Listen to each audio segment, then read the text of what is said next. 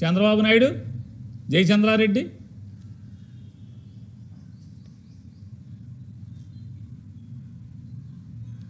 వీళ్ళతో మీరు కాపురం చేయటం ఏంటి? వాళ్ళంటే మీతో కాపురం చేసి జగన్కి డబ్బులు పంపిస్తున్నారంట. ఇది పాపంగా అసలు నవ్వు రావట్లేదు అసలు మీకు. తెలుగుదేశం కార్యకర్తలకు కూడా మా వాళ్ళు బరిదెక్కించేశారని చెప్పని చూసారా మీ వాళ్ళ పాపాలు. తెలుగుదేశం కార్యకర్తలు మీకే చెప్తున్నాను, చూసారా మీ వాళ్ళ పాపాలు.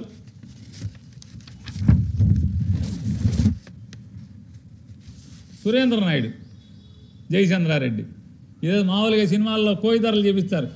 ఎన్టీఆర్ పక్కన ఆయన, చంద్రబాబు పక్కన జయచంద్రారెడ్డి, చంద్రబాబు పక్కన సురేంద్ర నాయుడు, చంద్రబాబు పక్కన జనార్దనం. ఎవడెవడ ఈ లిక్కర్ సీన్ దొంగ లిక్కర్ ఫ్యాక్టరీలు నడిపే వాళ్ళందరూ కూడా చంద్రబాబు పక్కన నేను, చంద్రబాబు పక్కన నేను, చంద్రబాబు పక్కన నేను. సిగ్గేదా అని అడుగుతున్నాను. ధర్మం చెప్పండి. మీరు తెలుగుదేశం కార్యకర్తలు వస్తారు, ధర్మం చెప్పండి. ఇక ఆయన చెప్పారు కదా ఈ జయచంద్రారెడ్డికి లింకు అది ఇదని. జయచంద్రారెడ్డికి మెయిన్గా ఫ్యాక్టరీ ఉండి నడిపినటువంటి కట్టా సురేంద్ర నాయుడు ఉన్నాడు కదా. కట్టా సురేంద్ర నాయుడు ఎప్పటి నుంచి తెలుగుదేశం ఫ్యాక్టరీ నడుపుతున్నది అతనే కదా. కట్టా సురేంద్ర నాయుడు ఎప్పటి నుంచి ఉన్నాడు తెలుగుదేశంలో? 2001 సంవత్సరంలో ఒక గొడవయ్యి దాని తాలూకా అంటే ఒక ఎలక్షన్ జరిగితే, ఎంపీటీసీ ఎలక్షన్లు 2001లో ఎంపీటీసీ ఎలక్షన్ జరిగితే 2002లో ఓ మర్డర్ చేశారా లేదా? అప్పుడున్న కాంగ్రెస్ ఉన్న ఒకరిని మర్డర్ చేస్తే ఈ కట్టా సురేంద్ర నాయుడికి యావజ్జీవ శిక్ష పడిందా పడలేదా?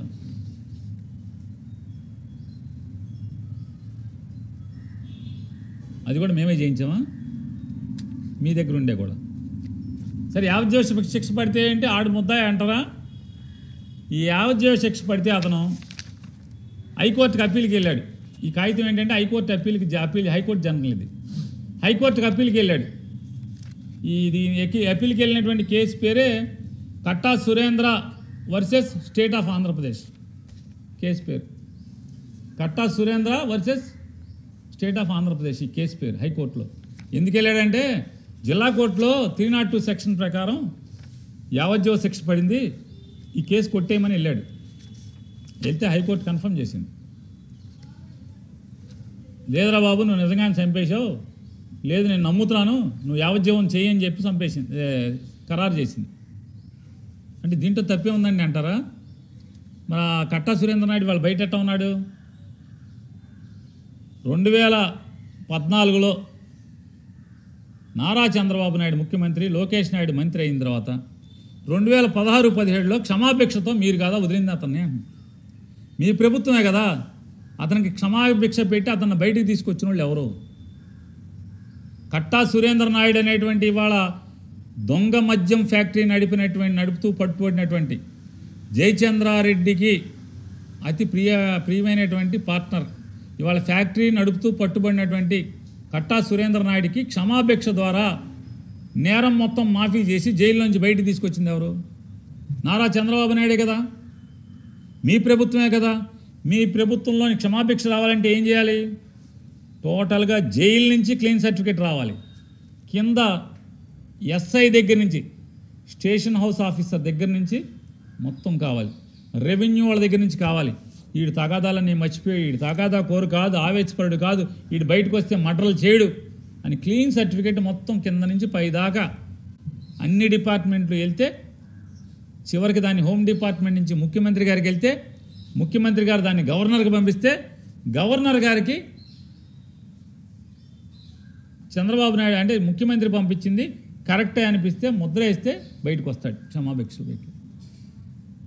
మీరు గవర్నమెంట్కి రాగానే ఈ బయటకు ఎట్ట వచ్చాడు ఈ సురేంద్ర నాయుడు. మీకు ఎంత చనువు లేకపోతే, మీకు ఎంత లింకులు లేకపోతే, మీకు ఎంత పార్ట్నర్ కాకపోతే, అతని దగ్గర నుంచి మీకు ఎంత లబ్ధి చేకూరకపోతే ఎందుకు ఒక మర్డర్ కేసు ముద్దాయిలో నిర్దాక్షిణ్యంగా ఒకరిని చంపేసిన వాడిని క్షమాభిక్ష పెట్టి మీరు తీసుకొచ్చారు మీ ప్రభుత్వం రాగానే? ఎందుకని చెప్పరా? చెప్పాలి కదా. జగన్మోహన్ రెడ్డి గారికి ఏం సంబంధం? ఆయనే మీతో మాట్లాడిచ్చేసాడా? జగన్మోహన్ రెడ్డి గారే మీకు ఫోన్ చేసి ఈ మనోడు నాయుడిని వదిలేసేయండి అని చెప్పాడా?